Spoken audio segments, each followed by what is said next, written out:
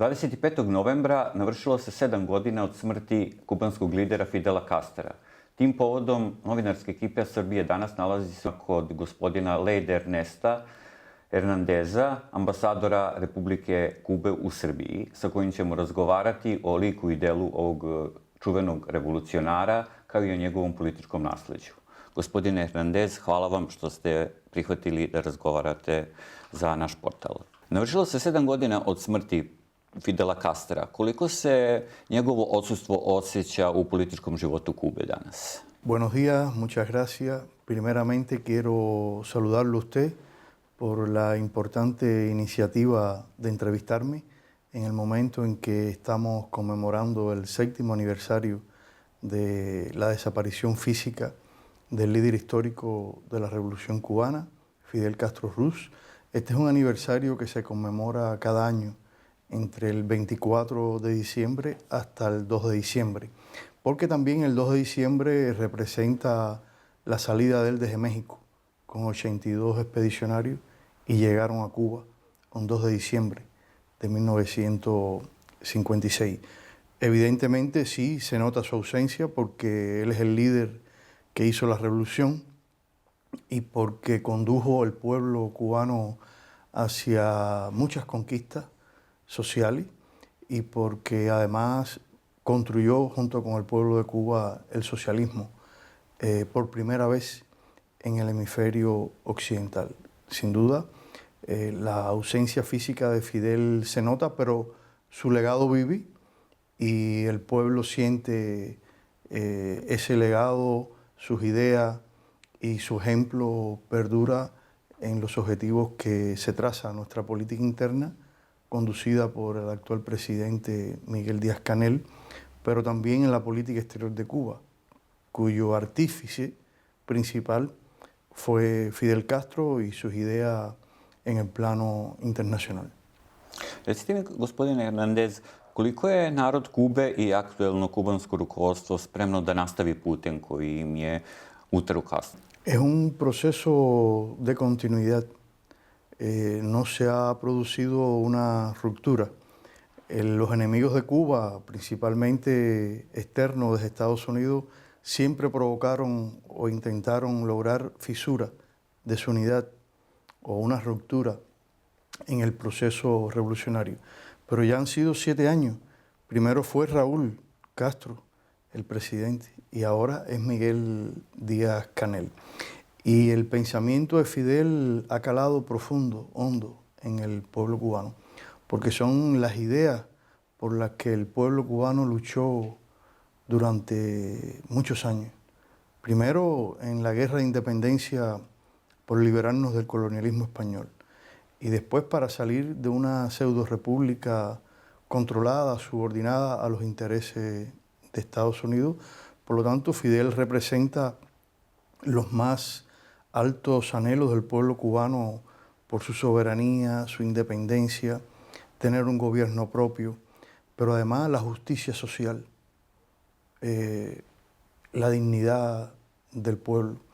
Pero una revolución que con el liderazgo de Fidel pudo cumplir el programa del Moncada, que era salud, educación, empleo, el cese de las injusticias sociales para los campesinos, los pobres, los negros, las mujeres. Nada de eso hubiese sido posible lograrse sin la revolución y sin el liderazgo de Fidel, que puso en práctica en Cuba realmente las ideas que soñó José Martí para una Cuba libre, independiente y soberana. Es por eso que el legado de Fidel Castro y sus conquistas sociales son siempre tenidas en cuenta y pase lo que pase en Cuba, siempre Fidel será muy respetado y muy querido por el pueblo cubano porque fue el hombre que le dio a Cuba la libertad y su independencia.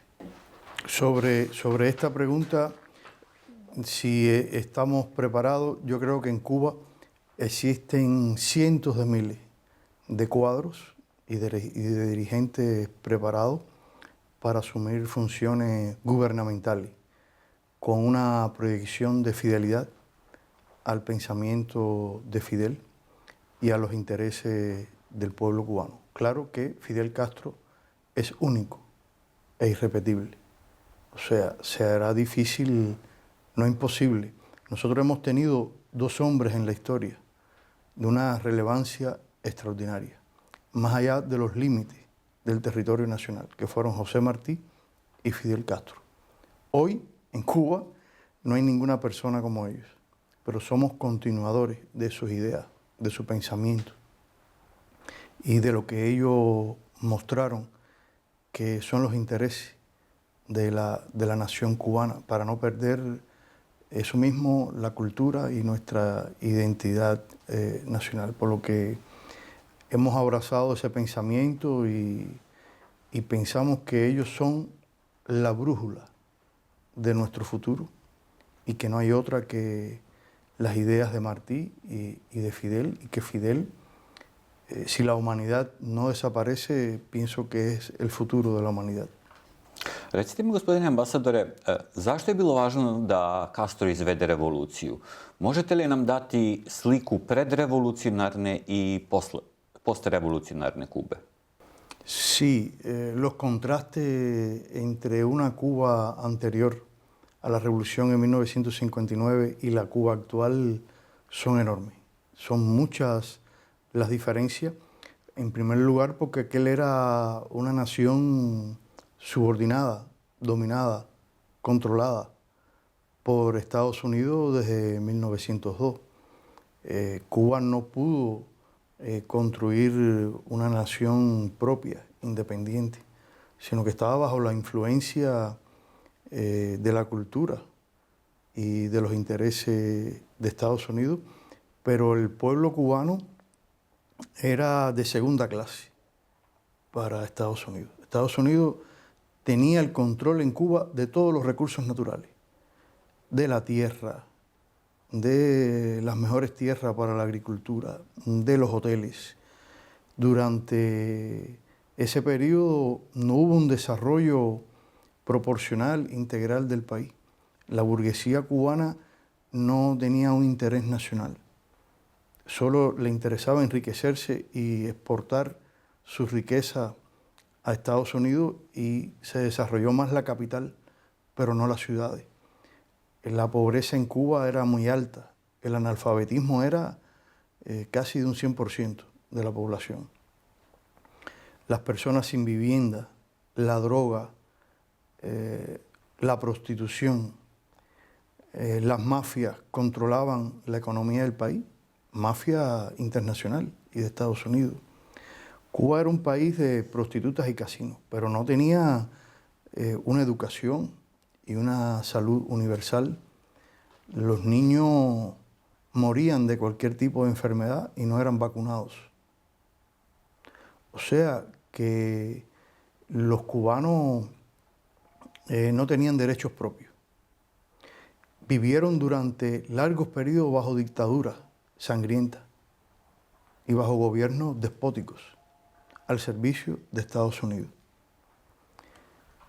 Y por eso ocurrió una revolución, porque ya el pueblo no soportaba más, y porque cuando Fidel y otros trataron de postularse por elecciones para resolver todos estos problemas por la vía legal y constitucional, Batista dio un golpe de Estado en 1952, en marzo de 1952, cumpliendo órdenes de la Embajada de Estados Unidos, que eran procónsules. Quienes gobernaban en Cuba no eran esas personas o esos dictadores, sino la Embajada de Estados Unidos. Era lo que controlaban la vida política del país. Y no quedó otra alternativa a Fidel y a sus compañeros el 26 de julio de 1953 de atacar el cuartel Moncada para hacer un cambio político en Cuba, para enfrentar todas estas situaciones. Las personas eran perseguidas, desaparecidas. Se habla de más de 20.000 muertos durante la dictadura de Batista en Cuba por las masacres y la represión a las personas progresistas de izquierda del movimiento revolucionario. Era una época marcada por el anticomunismo internacional, por el macartismo. Y en Cuba también se vivió todo eso. E incluso líderes, obreros, campesinos con filiación comunista fueron asesinados brutalmente por la dictadura de Batista. Entonces había que hacer una revolución, había que hacer un cambio y eso lo hizo Fidel con un grupo de combatientes y todo eso se transformó a partir de que Fidel, después de una guerra de liberación de 2 años, pudiera llegar al poder y empezar a aplicar el programa del Moncada, donde él esboza por primera vez el concepto de pueblo. ¿Qué es el pueblo? Y empieza entonces a hacer un programa social, popular, para transformar radicalmente la situación económica y social de Cuba. Y comenzó con la reforma agraria para darle la tierra a quien la producía, a quien la trabajaba, porque hasta ese momento las tierras eran de compañías norteamericanas. Ellos eran los dueños de la tierra. Tenían capataces, terratenientes, y los campesinos cubanos que laboraban la tierra no eran dueños de la tierra. Y la campaña de alfabetización, porque en Cuba más del 90% no sabía escribir y leer. Incluso en las ciudades la gente no sabía leer. Es un problema desde el punto de vista de la cultura, porque un pueblo sin cultura, sin saber leer y escribir, es fácilmente controlado, dominado, aplastado. Y entonces en la revolución se hizo todo lo contrario y se comenzó a construir un país con acceso a la población a todo eso. Y pensamos que Fidel cumplió y sobrepasó el programa del Moncada porque se sabe los logros que se alcanzó durante todo el periodo revolucionario en salud, en educación, cultura, la construcción de cientos de escuelas en todas las provincias, no solo en La Habana, escuelas de todo tipo, que abarcó todas las disciplinas educacionales y científicas, pero además los grandes logros que alcanzó Cuba en el deporte, producto del desarrollo, la integración de todas las funciones, de todas las personas en función del desarrollo deportivo en Cuba. Por primera vez los presupuestos gubernamentales se dedicaron al desarrollo social, a la educación, a la salud, a la cultura, al deporte. O sea que es una obra y es por eso que la revolución, a pesar de muchas agresiones constantes durante 60 años, no pudo ser derrotada porque habían conquistas sociales y las hay que defender que no serían posibles en otro sistema social que no sea la revolución i el socijalizmo en Cuba. A recite mi, šta biste izdvojili kao najvažnije dostignuće Fidela Castra? Po čemu će ga kubanski narod pamtiti? Pienso que el logro más importante desde mi punto de vista de Fidel Castro fue haber unido a toda la nación, a todo el pueblo, que la gente se sintió cohesionada, unida en torno a un objetivo, a los cambios, a las transformaciones en Cuba, a hacer una revolución y a sentir junto a su líder que estaban construyendo una sociedad nueva, diferente, de justicia social, que nunca había vivido y que nunca había conocido Cuba. Era hacia un viaje, hacia algo desconocido, pero que la gente participaba de manera entusiasta junto con el líder.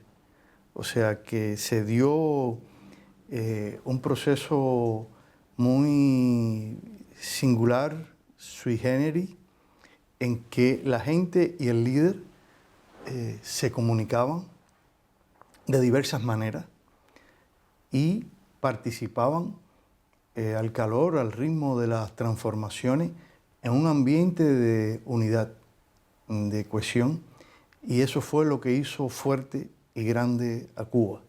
O sea, esa capacidad del líder y las masas de ir juntos en unidad defendiendo los intereses del país.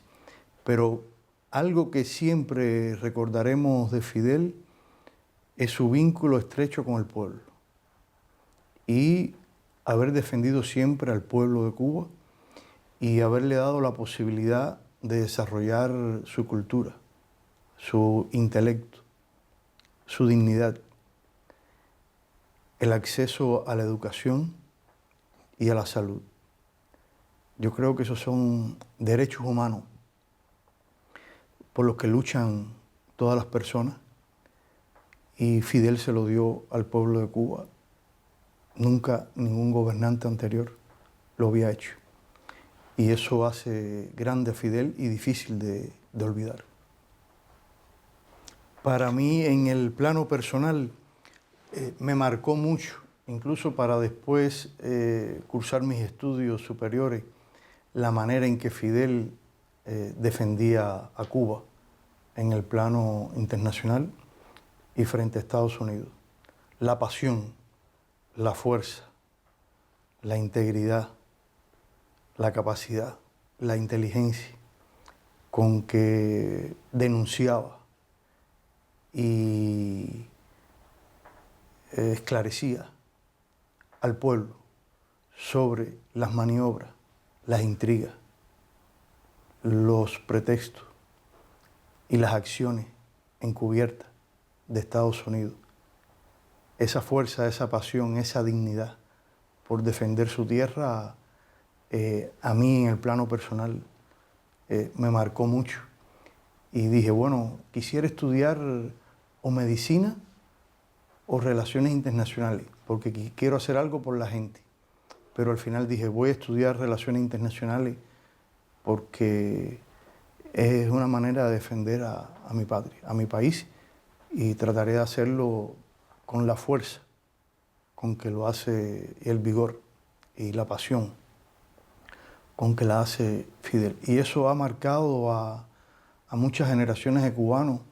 Yo como profesor le pregunto a veces a mis estudiantes, ¿por qué ustedes estudian esta carrera?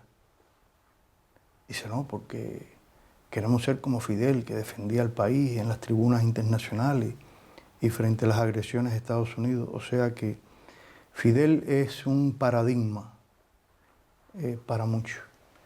Y si se lo preguntas a los médicos, ellos sabrán decir en su área, o a los artistas, a los pintores, a los deportistas. Por eso muchos le dedican a Fidel su obra, su medalla, su libro, porque sin él no hubiera sido posible una Cuba como se ha conocido en los últimos 60 años.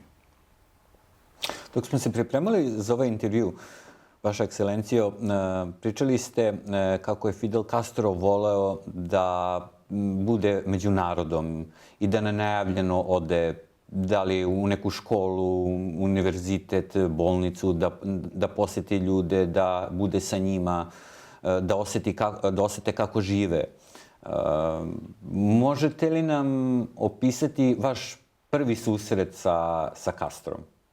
Bueno, yo no tuve ningún encuentro personal como tal con Fidel Castro, nunca conversé con él personalmente, pero sí, siendo joven comunista, fui seleccionado, invitado a un congreso de la Unión de Jóvenes Comunistas, si mal no recuerdo, 6º congreso, 5º congreso, y lo recuerdo, sí, tengo una viva memoria, bien viva la memoria de Fidel, en la presidencia del Congreso, intercambiando y hablando directamente con los jóvenes sobre sus aspiraciones, sus necesidades, sus problemas, sobre las no respuestas que le ha dado el gobierno a diversas problemáticas juveniles, investigando, preguntando a los jóvenes sobre diversos temas de la realidad social de nuestro país en La Habana y en muchas de las provincias. O sea que era un hombre que tenía la necesidad de comunicarse y hablar con todos los sectores sociales de la población. Él no se perdía un congreso, fuese de los campesinos, de la central de trabajadores, de los jóvenes, de los artistas, de todos los sectores sociales. Él participaba y después tenía una especie de recepción, de encuentro personal con los participantes, donde él era el centro, junto con todos, y se conversaba y no tenía horario para terminar, o sea, no tenía apuro. Él, si necesitaba conversar 6 horas, 4 horas, 24 horas con un grupo de personas, lo hacía y nunca estaba apurado para terminar el diálogo con el pueblo. En ese sentido, un gran paradigma. También recuerdo que un día visitó la residencia estudiantil donde yo me encontraba alojado. Llego y voy a almorzar después de terminar mis estudios en el Instituto Superior de Relaciones Internacionales y Fidel estaba visitando la residencia estudiantil. Sin avisar, llega para saber cómo estaban los jóvenes viviendo y se preocupa entonces si la residencia funciona, cómo es la alimentación, si ese edificio de 20 pisos, los ascensores están trabajando, están funcionando, cuáles son los problemas de los estudiantes. Y allí estuvo conversando con ellos en la puerta varias horas y los estudiantes interactuaban con él. Era un ritmo de trabajo impresionante. Llegaba a cualquier hora a una industria, a una fábrica, a cualquier institución, a las universidades. Una de las cosas que más le gustaba era hablar con los jóvenes, con los estudiantes, con la Federación de Estudiantes Universitarios, y se aparecía a la Plaza Cadena de la Universidad de La Habana. Los jóvenes se sorprendían que estaba ahí, porque como él se formó en la Universidad de La Habana, como él se hizo revolucionario en la Universidad de La Habana, él nunca olvidó esa etapa y iba y se paraba allí, caminaba por la Universidad de La Habana hasta que lo identificaban y todo el mundo iba hacia donde él estaba y ahí intercambiaba con los estudiantes y profesores en la Plaza Cadena de la Universidad de La Habana. Por eso Fidel es la imagen del pueblo, porque nunca se separó de él y siempre, a pesar de sus altas responsabilidades y funciones, buscaba el tiempo para visitar todos los sectores sociales, o se aparecía donde estaban entrenando los deportistas, iba al estadio de béisbol a disfrutar un partido de béisbol, un juego de pelota, visitaba los hospitales, o sea que cualquier ciudadano de Cuba tuvo la posibilidad de ver o de saludar de cerca a Fidel, porque él estaba en contacto con el pueblo. Si estabas en una recepción diplomática y él estaba, bueno, lo encontrabas allí, o si participabas en un evento internacional de los que él fundó, por ejemplo, Globalización y Desarrollo, una gran conferencia internacional fundada por Fidel que se desarrolla cada 2 años, estaba allí y después conversaba con todos los académicos de Cuba y del mundo. O sea que había la posibilidad de ver a Fidel en muchos lugares, incluso a veces en las calles, cuando ocurrían hechos o acontecimientos de determinada importancia o magnitud, fuesen estos de carácter positivo o negativo, Fidel Castro estaba allí, al lado del pueblo y de la gente. Y eso es algo que en un proceso revolucionario tiene un valor extraordinario. Y yo fui testigo de eso en varias ocasiones, en las que lo pude observar a determinados metros, y era una figura además físicamente impresionante por su carisma, por su tamaño, por su autoridad moral y por el simbolismo que representa. Gospodine Hernandez, možete li nam reći šta je presudno uticalo da se Fidel Castro okrene socijalističkim idejama, s obzirom da on na početku svoje političke karijere nije bio komunista? Bueno, hay que ver eso en la evolución de la vida y del pensamiento político de Fidel. Creo que él lo explica muy bien en el libro 100 horas con Fidel, esa entrevista que es la más famosa y la más conocida que él ofrece al periodista franco-español Ignacio Ramonet, en aquel momento director de Le Monde Diplomatique en Francia. Es un proceso pienso que tiene que ver con la propia lucha revolucionaria y la situación de Cuba, y que comienza en su niñez, en su infancia, cuando él ve las injusticias sociales que se cometían en la propia finca de su padre, con los trabajadores haitianos, inmigrantes, porque su papá era un terrateniente en Mirán, uno de los hombres más ricos de la región de Oriente y de Cuba en aquella época, y él vio cómo la gente tenía que trabajar y cómo eran explotados. Personas de piel negra, procedentes de Haití, que trabajaban en condiciones bien difíciles, pero él vio todas las injusticias que se cometían en la Cuba antes del 59, y todo eso le fue forjando a él un carácter rebelde y un carácter revolucionario y de lucha contra las injusticias sociales.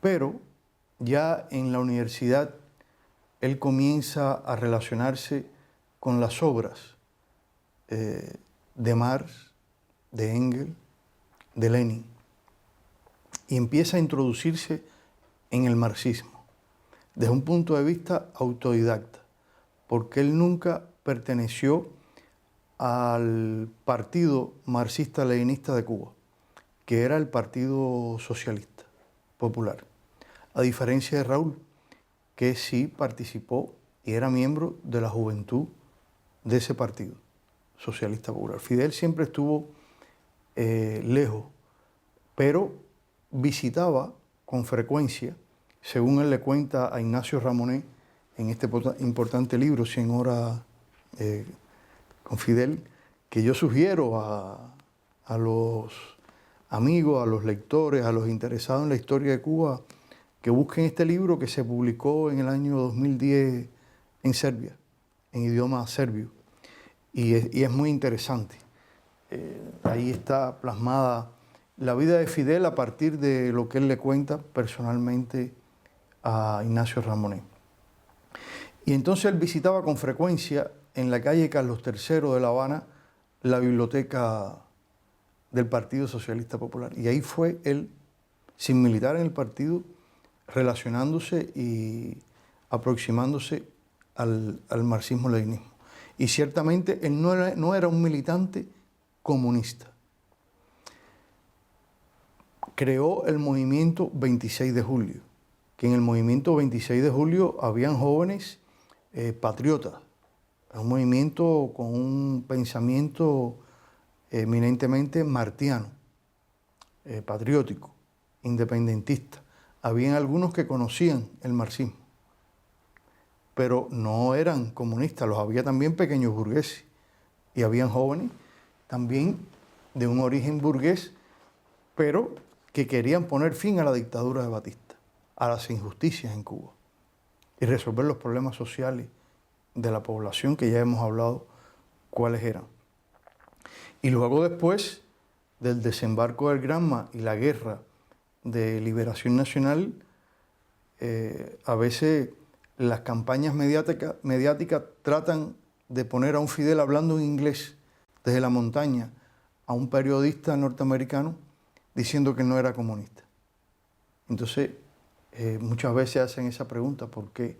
Bueno, porque precisamente la radicalización a través de las agresiones externas de Estados Unidos, en buena medida, y todo el proceso que va teniendo lugar en Cuba a inicio de la revolución, en un contexto internacional en que existían también partidos socialistas, comunistas, la Unión Soviética, Cuba tuvo la posibilidad también de entrar al campo socialista y construir el socialismo, y en Cuba no existía como tal un partido denominado comunista, era el Partido Socialista Popular, que luego se transforma en el Partido Comunista y que Fidel entra a ese partido y se convierte a partir del año 75, 76 en el primer secretario del Partido Comunista de Cuba. Pero ciertamente, de origen, como no lo es nadie, no era comunista. Pero los procesos, la realidad, los cambios, las transformaciones, la lectura sobre Carlos Marx, Lenin y Engels lo llevaron al convencimiento de que esa filosofía y esa concepción del mundo ofrece una explicación sobre cómo transformar la sociedad y cómo superar o abandonar el capitalismo para construir una sociedad más justa, igualitaria, de distribución de la riqueza, de eliminación de la explotación del hombre por el hombre. Una sociedad solidaria, una sociedad de cooperación, no solo al interior de la sociedad, sino que esa sociedad también lo sea con otros pueblos o con otros países. Y eso es lo que se llama el internacionalismo. Y obviamente, leyendo todo eso, Fidel Castro culminó la madurez de su pensamiento político, y eso también lo llevó al proceso de transformación revolucionario en Cuba, en que las ideas de José Martí, las ideas del marxismo y las propias ideas de Fidel se fusionan, se unen, dando lugar a algo nuevo, que es la ideología de la Revolución Cubana, que se nutre de todos esos ideales. Pero no fue una consigna de Fidel. Lo que se dijo en aquel momento, cuando él estaba en la Sierra Maestra, era porque el movimiento revolucionario era diverso. Existían 3 organizaciones, pero la que llevaba la lucha armada con todo su peso era el movimiento 26 de julio. El Partido Socialista Popular, aunque algunos habían subido a la Sierra Maestra, como Carlos Rafael Rodríguez y otros, estaban en el llano, en la lucha contra Batista. Y había otro movimiento que era estudiantil, 13 de marzo, que no podíamos decir, aunque algunos tuvieran y conocieran las ideas marxistas y leninistas, tampoco eran comunistas. Entonces, en Cuba existía también un anticomunismo tradicional y arraigado. Hablar de comunismo o de socialismo en Cuba durante los años 30, 40, 50, eso era una mala palabra, porque la campaña de los medios, de la publicidad y las acciones oficiales eran contra eso. Era el mundo de la Guerra Fría, era el mundo del macartismo, que en Estados Unidos a cualquier artista, intelectual, músico o personalidad política, si lo acusaban, o científico, de comunista y se le demostraba, eran llevados a la cárcel, muchos años de cárcel. O si tenías relación con la Unión Soviética, te acusaban de espionaje y podías ir hasta la silla eléctrica, como fueron unos científicos. O sea que hay que verlo todo en su contexto, en su momento, pero no cabe la menor duda que Fidel evolucionó hacia las ideas socialistas, comunistas, sin abandonar las ideas de José Martí. Y eso se convirtió, yo creo que en el núcleo central de la ideologija de la Revolución cubana. A recite mi, da li je upravo to Castrovo kretanje ka socijalističkim idejama navuklo bes Sjedinjenih Američkih Država, koje su potom Kubu stavile pod embargo? Da li su Fidelove mere nacionalizacije nafte, šećerana, elektrana upravo bio razlog da Sjedinjene Američke Države stave Kubu pod sankcije i blokadu? No, yo pienso que eso fue posterior, realmente. Yo pienso que lo primero que molesta o afecta los intereses de los Estados Unidos en Cuba fue la primera y la segunda ley de reforma agraria. Que la revolución terminara con el latifundio, con los terratenientes. Era una vieja deuda con el pueblo cubano y con el campesino. La población de Cuba en aquella época era de 6 millones de habitantes y la gran injusticia, había mucha injusticia en Cuba, pero una de las más grandes injusticias era la tenencia de la tierra y la situación social y la pobreza en que vivía el campesinado de Cuba.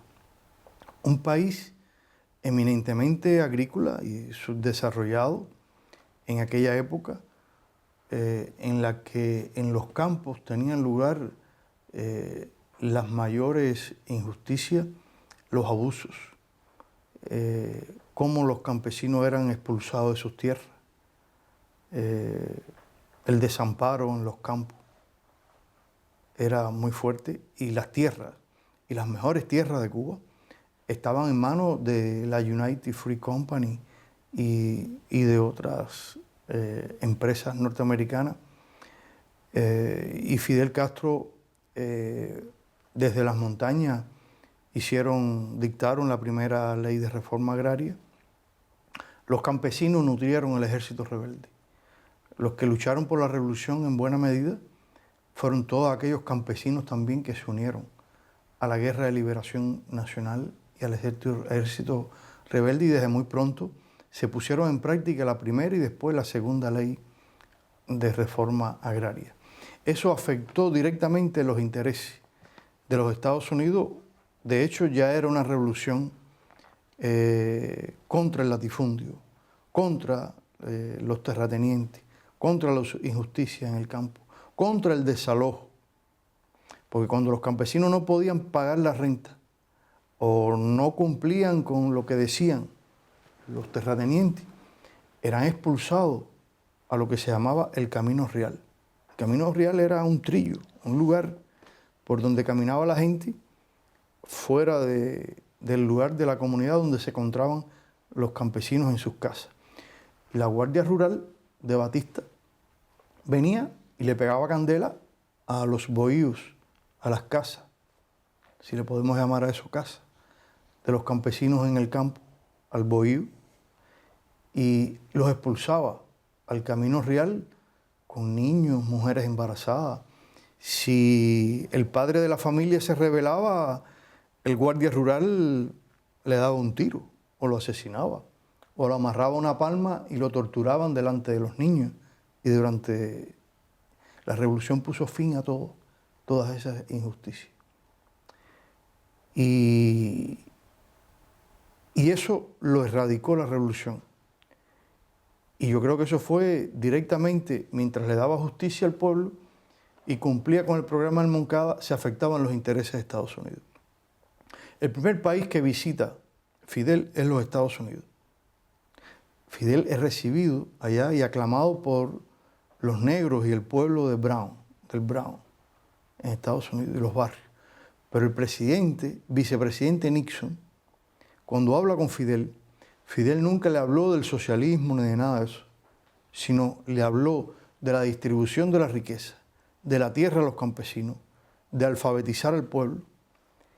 Y Nixon salió de esa conversación y dijo: Fidel Castro es un comunista. Porque para los norteamericanos, ellos estigmatizan a cualquier líder como comunista. Cuando defiende los intereses de su nación, de su pueblo, cuando defiende los recursos naturales, cuando le da justicia e igualdad a su gente. Entonces, eso sucedió y desde 1959, desde antes de que Cuba entrara al campo socialista y a la Unión Soviética, ya hubo sanciones a Cuba, hubo medidas a Cuba, hubo agresividad de Estados Unidos, hubo campañas mediáticas, hubo acciones terroristas contra la revolución naciente, hubo atentados contra Fidel y dirigentes de la revolución. Trataron de asesinarlo varias veces. Y todavía Cuba no se había orientado hacia el campo socialista. Cuba entra al campo socialista en el año 72 y al CAME.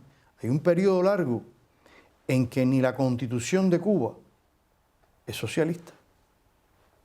Eso ocurre en el año 76, pero hay un periodo largo en que de la revolución desde el 59 hasta el 72, que lo que fue convirtiendo a la revolución en socialista y radical fue que quería resolver los problemas del país, como el programa del Moncada, y Estados Unidos se oponía a eso, porque cada vez que se tomaba una medida afectaba los intereses de la burguesía y los intereses del imperialismo en Cuba.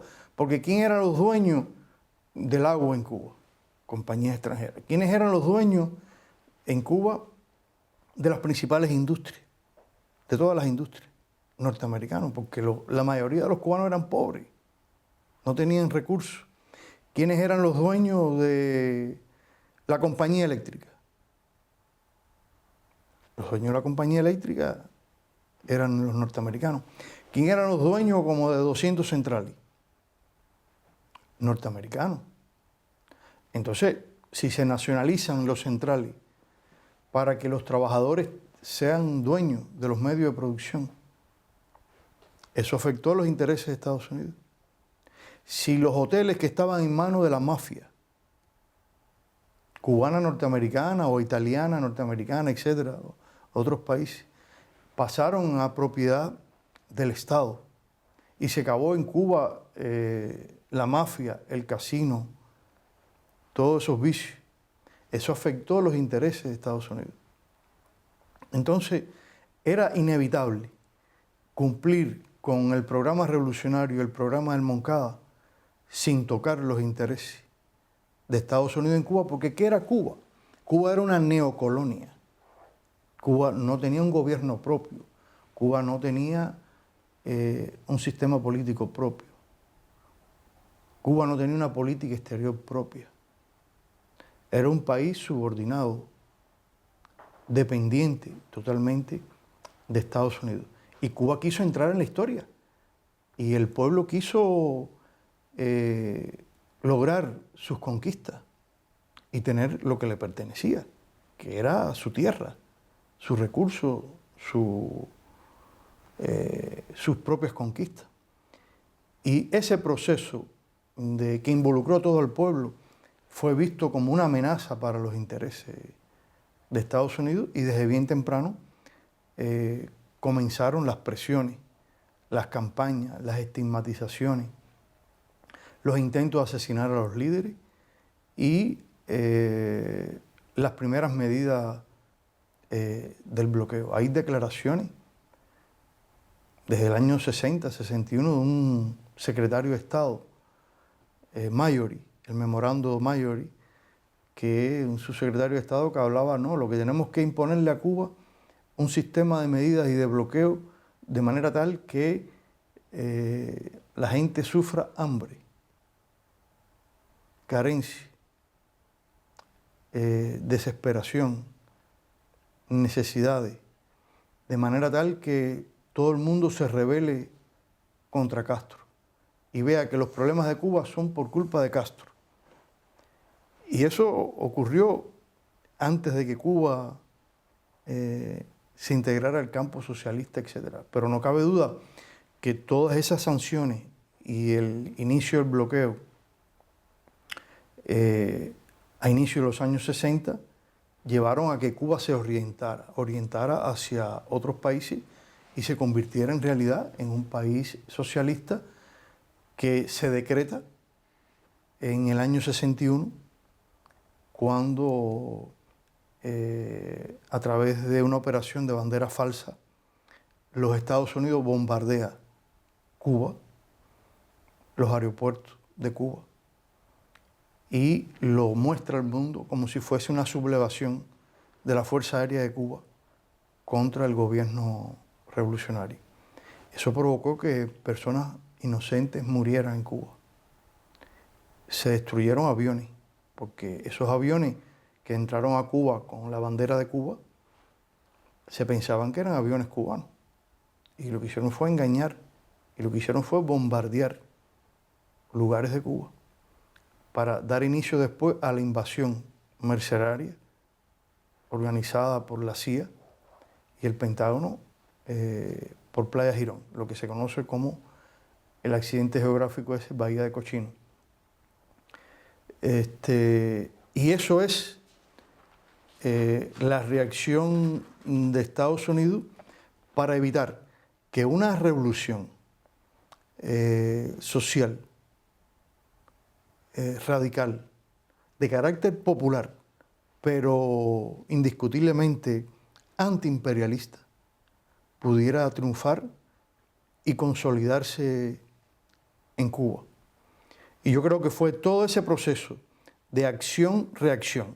Cuba hacía, con legítimo derecho, en su país, en la transformación económica, social, política del país, y Estados Unidos reaccionaba de manera violenta a eso, a través de atentados, acciones terroristas, incendio a los centrales azucareros, incendio a plantaciones, bombas en tiendas, en almacenes, los bombardeos que ya te dije, y otras muchas acciones que tuvieron lugar.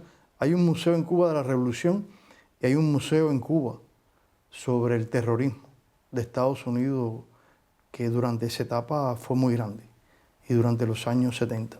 Pero además, para entorpecer y hacer difícil todas esas transformaciones, apoyaron a los bandidos en las montañas de Cuba, principalmente en la zona montañosa central, en el Escambray de Cuba, y en el macizo montañoso en el occidente, en Pinar del Río, donde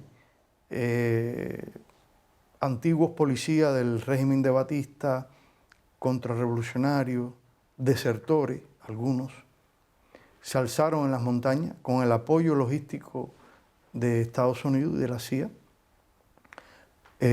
para actuar allí en el campo contra los campesinos y contra las fuerzas revolucionarias. Asesinaron campesinos, violaron mujeres, niños, mataron a los alfabetizadores. Hay dos de ellos muy conocidos, Manuel Ascunce Domenech, uno de ellos, muy joven, un niño prácticamente, alfabetizador. Conrado Benítez, otro alfabetizador, muy joven. Fueron asesinados por los bandidos con armamento de Estados Unidos, los lanzaban desde el aire, equipos de comunicación, armamento, y eso fue una guerra sucia en las montañas de Estados Unidos, y no fue hasta el año 65 que las fuerzas revolucionarias pudieron acabar con esas bandas de bandidos contrarrevolucionarios. Pero fue así, fue un proceso popular, radical, antiimperialista. Las personas tenían mucho entusiasmo y mucha emoción en todos esos cambios. Estaban involucrados en eso, todo el pueblo, mientras Estados Unidos trataba de entorpecer ese proceso con todas estas acciones. Y esas acciones no lograron tener éxito ni calaron en el pueblo cubano. Más bien lo que hicieron fue radicalizar el carácter antiimperialista, democrático y popular de la revolución, y afianzar el liderazgo de Fidel Castro. Esa es mi apreciación sobre la pregunta. Gospodine ambasadore, ono što je neizbežno važno pomenuti, a vezano je za delo Fidela Castra, to je njegov doprinos antikolonijalnoj borbi naroda Afrike i angažovanost Kube u Angoli, Alžiru, Etiopiji. Da li je Kuba ponosna na tu činjenicu i kakav je bio stav Castra prema tome? Sí, es una pregunta importante porque no se puede hablar de Fidel sin el internacionalismo, sin la ayuda que él prestó a la lucha anticolonial y por la independencia, sobre todo de los países africanos, porque uno de los componentes fundamentales de nuestra sociedad, y lo llevamos en la sangre, es de África. La nación cubana se compone del eje africano, de la cultura africana y de sus tradiciones, y lo llevamos en la sangre y de España. Pero en el caso de África, Fidel, recuerdo que dijo que teníamos una deuda con África, que era una deuda con la humanidad. Y algunos países africanos, incluso del Medio Oriente, solicitaron la cooperación de Cuba, militar. Y Fidel y Cuba no demoraron un segundo, un minuto en decir sí y cooperar y ayudar al mantenimiento de la independencia y a la lucha anticolonial de varios países africanos. El más simbólico es Angola, donde las tropas cubanas estuvieron durante 14 años, libraron grandes batallas y contribuyeron a mantener lo que quería Agustino Neto, que era la independencia de Angola frente a la agresión de Sudáfrica, apoyado por Estados Unidos, y la existencia de frentes guerrilleros contrarrevolucionarios que amenazaban la independencia y la integridad territorial de Angola. Pero también en esa lucha por la independencia de Angola, Cuba contribuyó y fue reconocido por él a la libertad de Nelson Mandela. O sea, que haber luchado junto con los angolanos por la independencia de Namibia y por mantener la integridad territorial de Angola y la soberanía de Angola, permitió también derrotar militarmente al ejército del apartheid de Sudáfrica, y a la vez esas victorias militares contribuyeron definitivamente a la liberación de Nelson Mandela. Esa es conocida como la epopeya de Cuba en África, una larga epopeya, digamos, épica internacionalista, donde no hubo un cubano o un integrante de la familia cubana que de una manera u otra participara en esa guerra. Mi papá estuvo en Angola, fue participante, yo recuerdo eso, yo tenía unos 9, 8, 10 años, dos años estuvo allá, en años 73, 75 al 77, y me regaló una medalla de Agustino Neto, que conservo como un gran recuerdo de la estancia de mi padre en el apoyo internacionalista a Angola, y eso para nosotros es un orgullo, porque también de África nos viene el deseo de ser libres, de emanciparnos. Y aquellos que llegaron a Cuba procedentes de África, cuando lograron la libertad en 1868 de Carlos Manuel de Céspedes, se incorporaron junto con los cubanos, los criollos que habían nacido en Cuba, descendientes de españoles, a la guerra por la independencia de Cuba contra España. Y ellos contribuyeron a la conformación de nuestra nación y de nuestra cultura. Por lo tanto, el componente africano nuestro es alto y fue hermoso que Fidel interpretara de la manera en que lo hizo los sentimientos libertarios históricos de Cuba, que vienen de África y que además los cubanos, generaciones posteriores pudieran luchar también junto a ellos contra un régimen oprobioso y fascista como el del apartheid. Y eso ha tenido un gran reconocimiento para Cuba en el contexto africano. Pero también fue en Argelia donde primero llegaron los médicos cubanos. Fueron a Argelia en el año 62, los médicos cubanos. También los cubanos contribuyeron a la independencia de Siria. O sea que construimos el socialismo también fortalecido en la lucha anticolonial y armada en otras tierras del tercer mundo. Cuando el tercer mundo era un volcán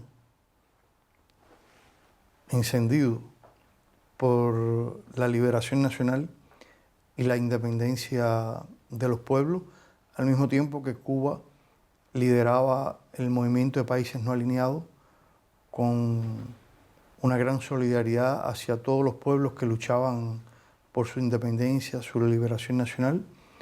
Y debo mencionar también el pueblo palestino, hacia el cual Cuba desde entonces prestó una gran solidaridad.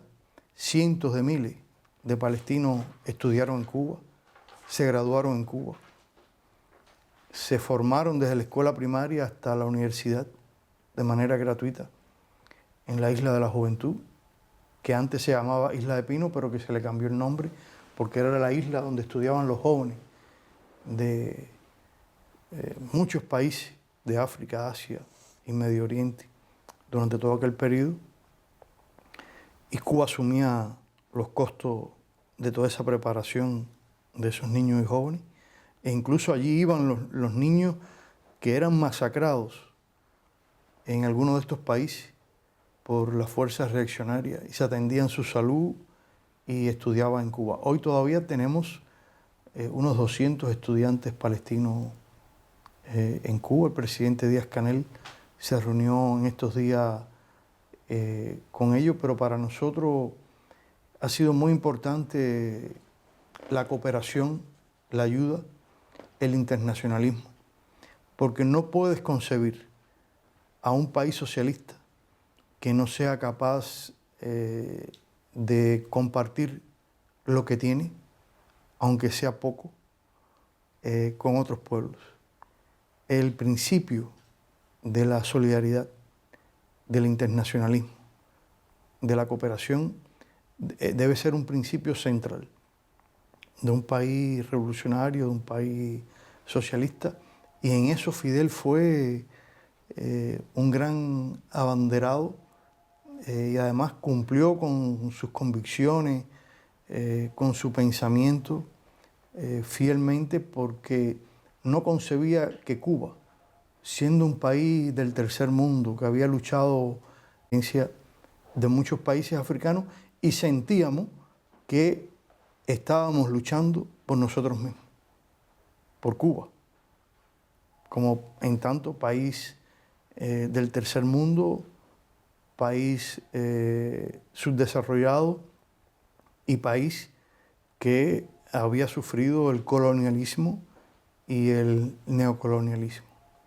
Predsjednik Castro ne samo da je pomagao antikolonijalne pokrete u Africi, već i u centralnoj i južnoj Americi. Recite mi, koliko je Kubi bilo važno da se i narodi koji su u njenom neposrednom okruženju oslobode kolonijalnog statusa ili polukolonijalnog statusa u kom su se nalazili u odnosu na Sjedinjene Američke Države. Pa nam možete posebno dati osvrt na slučaj Nikaragve i San Salvadora? Y lo primero sería que la figura de Fidel Castro y el impacto y la influencia que tuvo, porque es su zona más cercana, la revolución cubana fue inmensa en América Latina y sobre todo Centroamérica, e incluso hasta en el Caribe. La revolución cubana tuvo una influencia muy fuerte, determinante, que llevó a los Estados Unidos a percibir a Cuba como una amenaza a su seguridad nacional en la región de América Latina y el Caribe.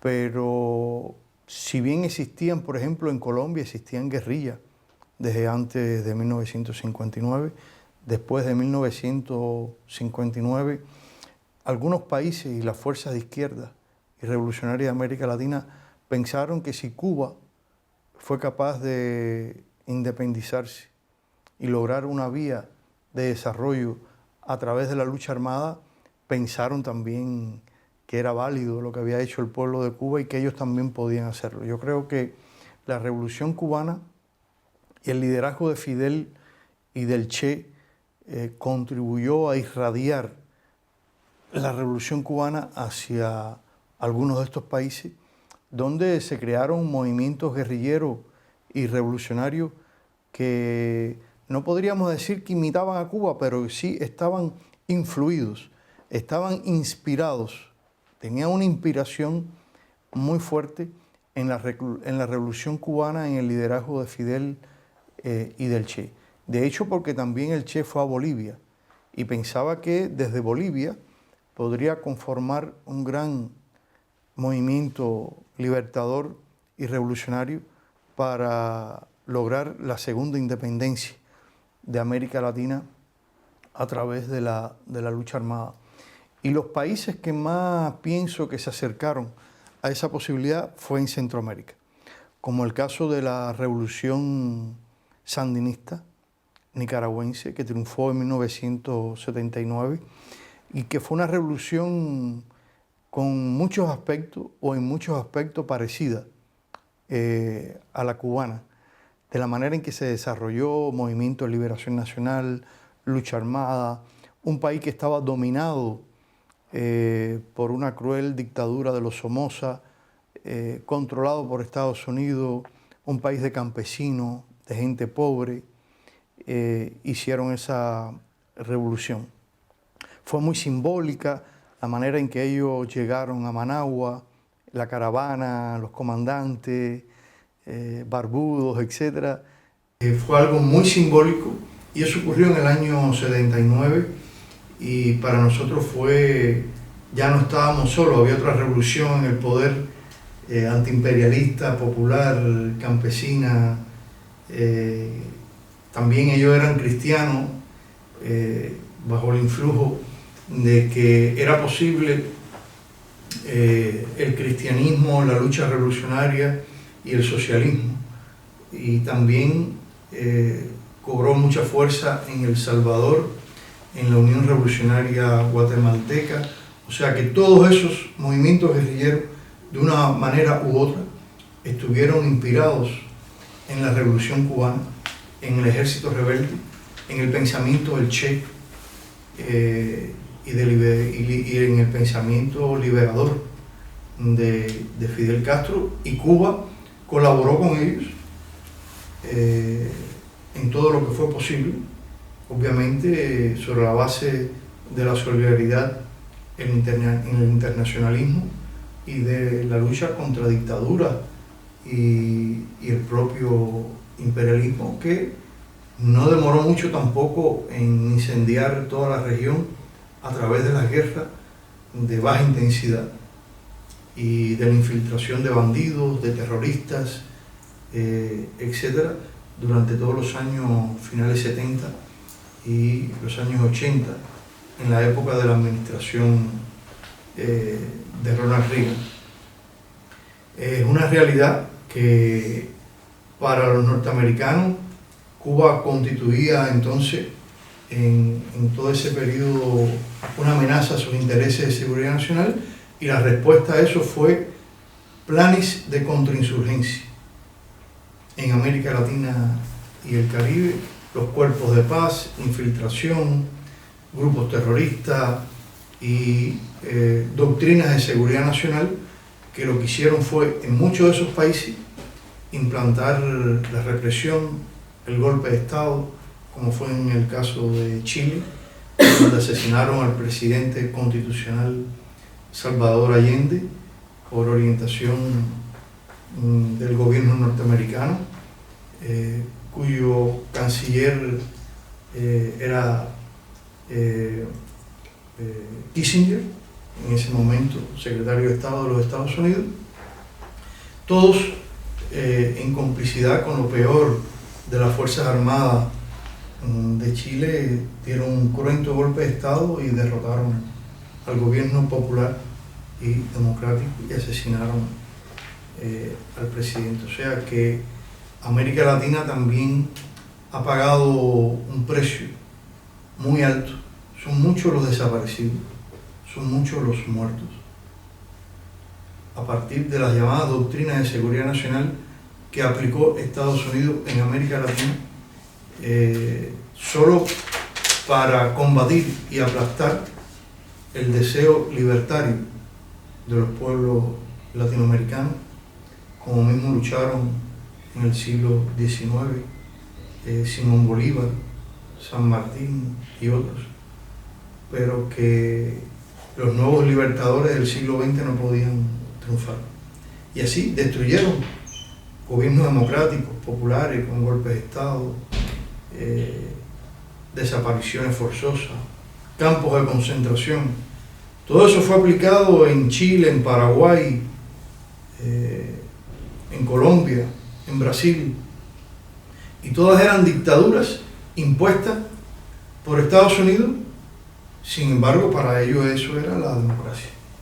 Pero millones de personas desaparecieron, que hoy no se saben dónde están ni a dónde están muchos de sus hijos o de sus nietos, porque desaparecieron en todo ese contexto. No fue hasta los años 90 y hasta la actualidad que hay esas luchas de otra manera, y que ha llevado incluso a gobiernos de izquierda en muchos de estos países indistintamente, pero América Latina en la época de la Guerra Fría y de las doctrinas de seguridad nacional sufrió y pagó un alto precio en la búsqueda de su independencia y de la libertad.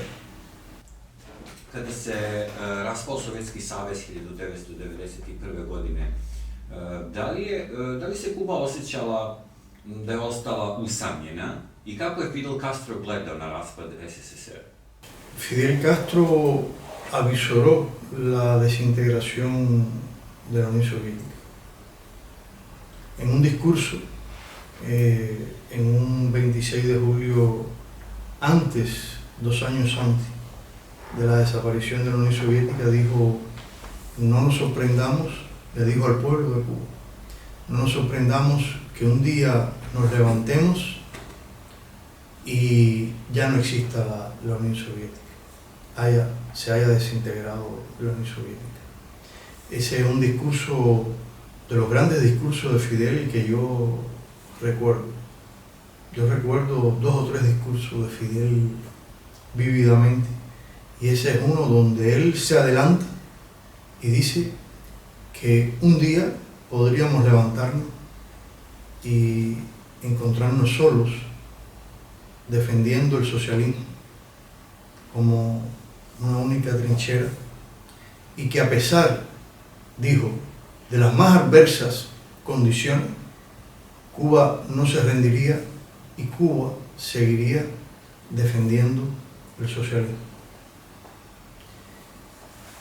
No solo fue una premonición, algo impresionante, sino que además lo que dijo lo logró, lo cumplió y lo logró. Cuba no se dejó intimidar.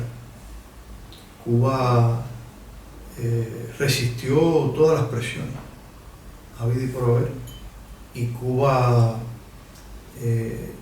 desoyó por completo todos los cantos de sirena de muchos líderes internacionales que se acercaban para que nuestro país abandonara el socialismo y se rindiera. Pero la revolución cubana desde sus inicios tuvo una máxima en que los reveses hay que convertirlos en victoria y nunca rendirnos.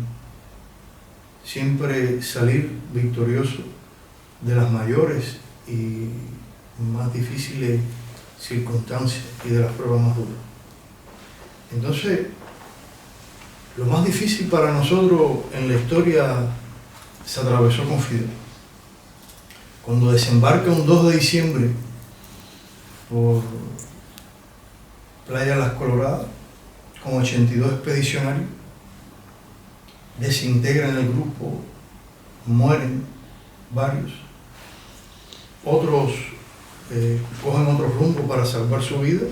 Sin embargo, Fidel y Raúl logran sobrevivir y se encuentran, y cuando se encuentran solo eran 12 personas y 7 fusiles para enfrentarse al ejército más poderoso, armado y entrenado por Estados Unidos, que era el ejército de Batista en América Latina en aquella época. Porque al haber una situación revolucionaria en Cuba, desde el año 53, cuando Fidel atacó el Moncada, y porque ellos sabían que Fidel se estaba preparando en México para venir a Cuba, lo estaban esperando. Y por eso ocurre toda esa catástrofe a su llegada en Alegría de Pío, pero cuando ellos se encuentran dicen, somos 12 y tenemos 7 fusiles. ¿Qué interesa? ¿Qué fortaleza? ¿Cuántos principios? ¿Cuántas convicciones tenían aquellos jóvenes? ¿Cuánta energía? ¿Cuánto fervor revolucionario? Tanto compromiso con la historia de Cuba, con la nación, con el pueblo de Cuba, que querían derrotar a una feroz dictadura, sangrienta dictadura. Y dijeron, ahora sí ganamos la guerra. Con 7 fusiles y 12 hombres. Entonces, Fidel dijo eso al pueblo. Si nosotros hicimos así la revolución, ahora que tenemos tantos años de revolución, un pueblo educado, alfabetizado, con salud, con cultura, ¿cómo nosotros no vamos a sobrepasar este desafío que va a ser muy duro, que va a ser muy difícil? Porque se trata de que hemos tocado fondo. Vamos a vivir las amenazas, los peligros, los riesgos más grandes que haya atravesado nuestro país, y las amenazas sin la Unión Soviética, nuestro principal aliado, de donde vienen todos los recursos. El bloqueo será cada vez más fuerte y tendremos un doble bloqueo: el bloqueo de los Estados Unidos, que tenía como 40 años, y el bloqueo, 30 años, y el bloqueo de la caída de la Unión Soviética. Y así fue, así sucedió. Eso fue en el 89, en el 91 desaparece la Unión Soviética. Pero además, no solo la Unión Soviética, desaparece el socialismo de Rusia. Porque se podía haber desintegrado la Unión Soviética, el campo socialista, la reunificación de las Alemanias, pero podía haberse salvado el socialismo en Rusia. Y no fueron capaces de salvarlo. Fue la realidad. Ni allí, ni en ningún país europeo desapareció el socialismo, que pienso, a mi modo de ver, que no debió haber sido,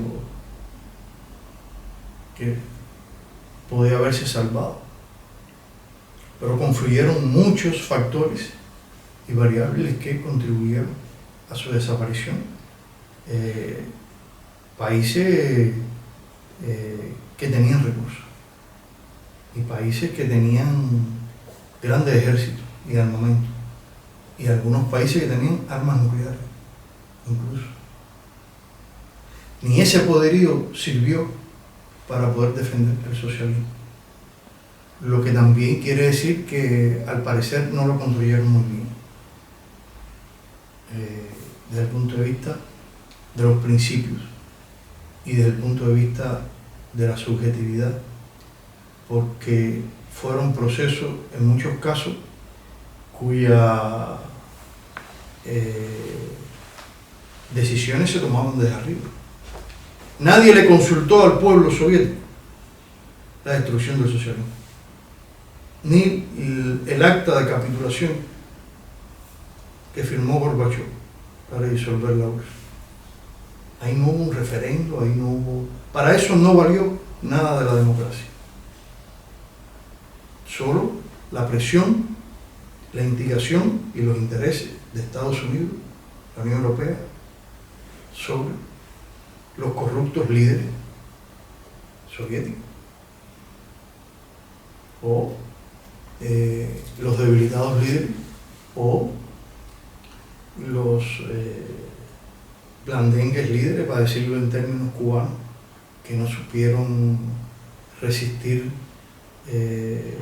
toda esa lucha y toda esa confrontación ideológica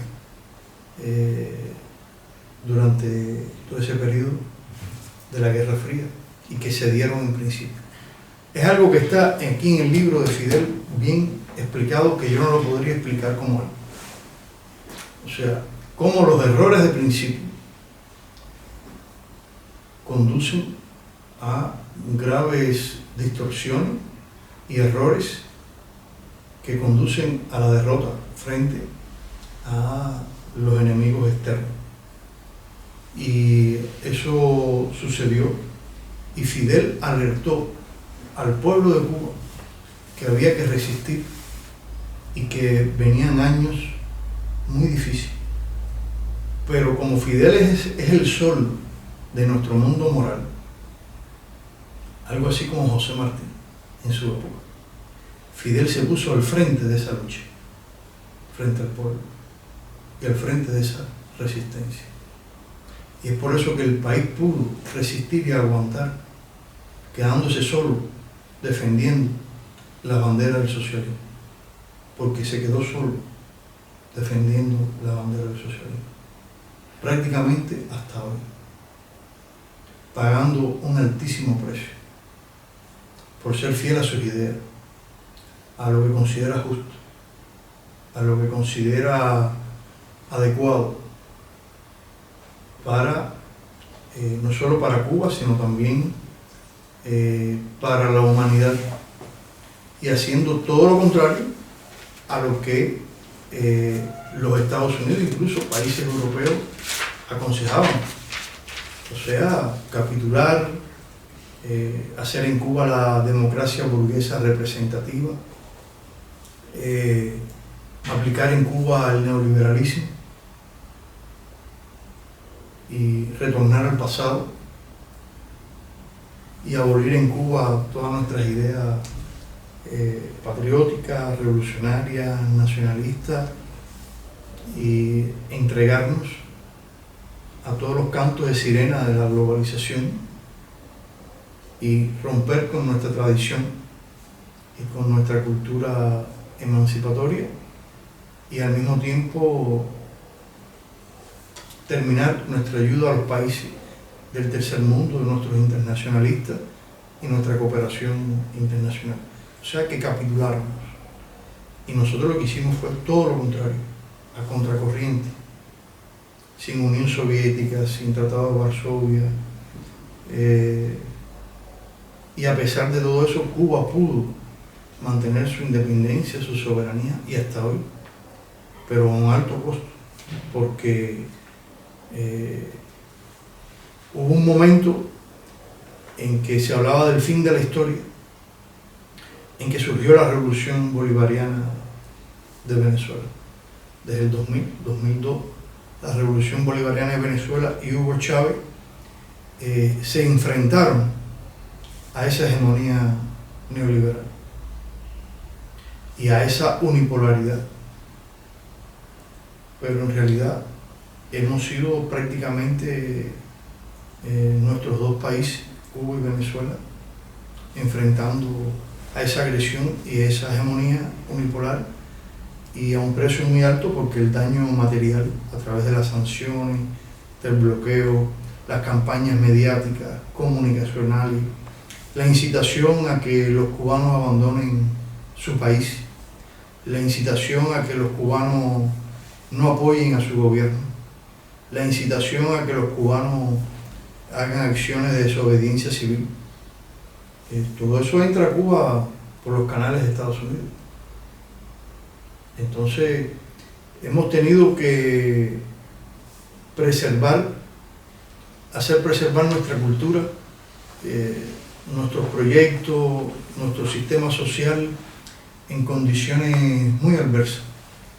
Pero no hemos querido traicionar nuestro ideal, no hemos querido traicionar nuestros principios, y no hemos querido tampoco capitular frente a un imperio que no tiene paz, despiadado, que un día te pide el pedacito de la uña, después te pide la uña, después te pide el dedo, después te pide el otro dedo, te pide la mano, te corta el brazo, y así cada una de las extremidades hasta que te elimina completamente y se adueña de tu territorio, de tus recursos naturales, impone un gobierno servil, divide la sociedad y destruye tu cultura. Y eso no hemos querido que ocurra en Cuba. Preferimos resistir, preferimos combatir, tratar de buscarle solución a los problemas, romper el cerco, relacionarnos con otros países, cooperar con otros países, enviar nuestros médicos, nuestros educadores y profesionales a otros países.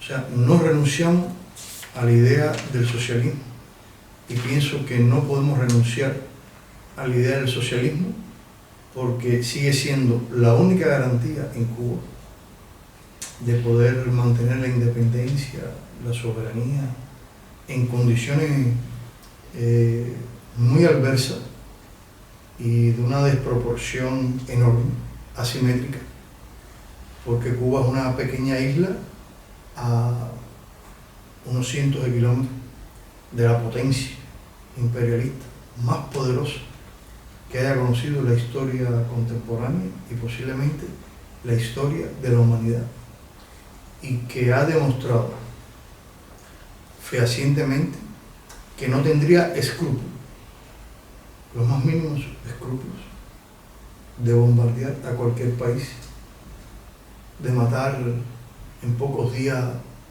cientos de miles de personas por obtener objetivos como petróleo, recursos naturales, territorios, o por instaurar un gobierno que sea servil a sus intereses. Y lo hemos visto en Afganistán, en Irak, en Siria. Toda esa catástrofe y toda esa destrucción es el resultado también de ese desbalance de fuerza estratégico que causó el campo socialista. Aquellos dirigentes, muchos de ellos ya no existen, incluyendo a Gorbachev, no pensaron en la humanidad.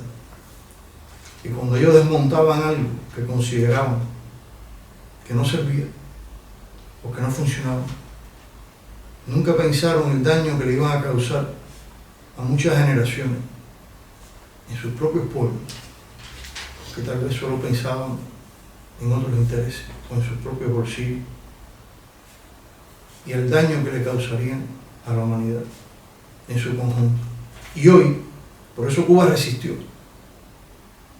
por la visión de Fidel, que todo eso iba a provocar a la humanidad grandes desequilibrios y grandes dificultades, y que se abría un periodo de guerra ilimitado para la humanidad, que lo estamos viendo hoy. En el caso del genocidio de Palestina, pero que no sabemos cuál sería la próxima catástrofe o el próximo genocidio, precisamente por ese desbalance en las relaciones internacionales que provocó la caída de la Unión Soviética. Pero recuerdo que en una tribuna Fidel Castro, Estados Unidos estaba muy agresivo. George Bush dijo que habían 60 rincones oscuros en el planeta,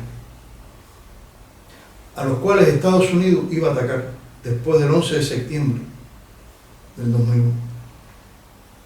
Fidel Castro dijo, como no sabíamos cuáles eran los 60 rincones oscuros del planeta, a lo mejor eso estaba clasificado dentro de un documento del Pentágono o de Estados Unidos. Y como nosotros estábamos en la lista de países patrocinadores del terrorismo, y ellos dicen que estaban desarrollando una lucha contra los terroristas, Fidel Castro dijo, aquí estamos, salve César, los que vamos a luchar de salud. O sea, tampoco tuvimos miedo. Ese fue otro momento crucial de la historia, donde Estados Unidos amenazó que iba a bombardear a 60 lugares oscuros del planeta, que ellos consideraban que eran santuarios del terrorismo, y Cuba estaba en la lista de países terroristas. A nosotros nos sacaron de la lista de países terroristas con el gobierno de Obama, que tuvo ese ápice de decencia en decir que Cuba no... Pero Donald Trump nos volvió a incorporar en la lista de países que patrocinan totalmente arbitrario, injusto, una infame lista. Cuando aquí todo el mundo ve en la televisión todos los días quiénes son los terroristas y quiénes son los que lanzan bombas. Por eso Fidel Castro dijo en ese discurso memorable, médicos, no bombas. Lo que necesitamos son que se lancen, que se envíen médicos, no bombas. Y Cuba estuvo siempre dispuesto, incluso en los momentos difíciles en Estados Unidos de la catástrofe de un huracán Katrina, que dañó por ciento muy alto a la población, de enviar médicos, y estuvieron preparados para ir, y se quedaron con sus mochilas en sus espaldas para ir a ayudar, y el gobierno de los Estados Unidos no aceptó la cooperación de Cuba. Y lo que te da la medida en que las circunstancias después de la caída de la Unión Soviética y del campo socialista han habido momentos cruciales. Ya el hecho de la desaparición de los aliados nos puso a nosotros una grave crisis económica hasta el día de hoy. O sea, hasta el día de hoy seguimos padeciendo los impactos de ese fenómeno que, como ha dicho Vladimir Putin, fue una catástrofe geopolítica, pero para nosotros, con bloqueo, ha significado una catástrofe de carácter económico que nos ha causado mucho daño. Pero no solo fue la caída, después de eso han tenido lugar episodios de acontecimientos internacionales que son cruciales para mantener la independencia y la soberanía del país, y Cuba logró resistir y lo logró vencer por la convicción de nuestra dirección de que es posible resistir y vencer. Y ahí está el legado de Fidel. Eso está inculcado por Fidel, en que la noción de la victoria siempre está presente y en el que nunca está borrado de nuestra concepción rendirse o pensar que vamos a ser derrotados. I na samom kraju, Vaša ekscelencijo, moram da vas pitam, jednom prilikom je Fidel Castro izgovorio rečenicu da će mu se istorija odužiti. Da li zaista mislite da će se istorija odužiti Fidelu Castro? Za sve što je učinio za kubanski narod, a i za ostatak sveta. Yo pienso que sí, que mientras exista un orden internacional hegemónico donde prevalezca la ley de la fuerza y no del derecho, mientras existan las agresiones militares de las grandes potencias hacia pequeños países, mientras exista pactos y alianzas militares agresivas como la OTAN, que recuerdo que bombardeó a Yugoslavia, causando mucho daño a ese país, que hoy Serbia hereda muchos de esos problemas, mientras existan las bases militares extranjeras de Estados Unidos, más de 700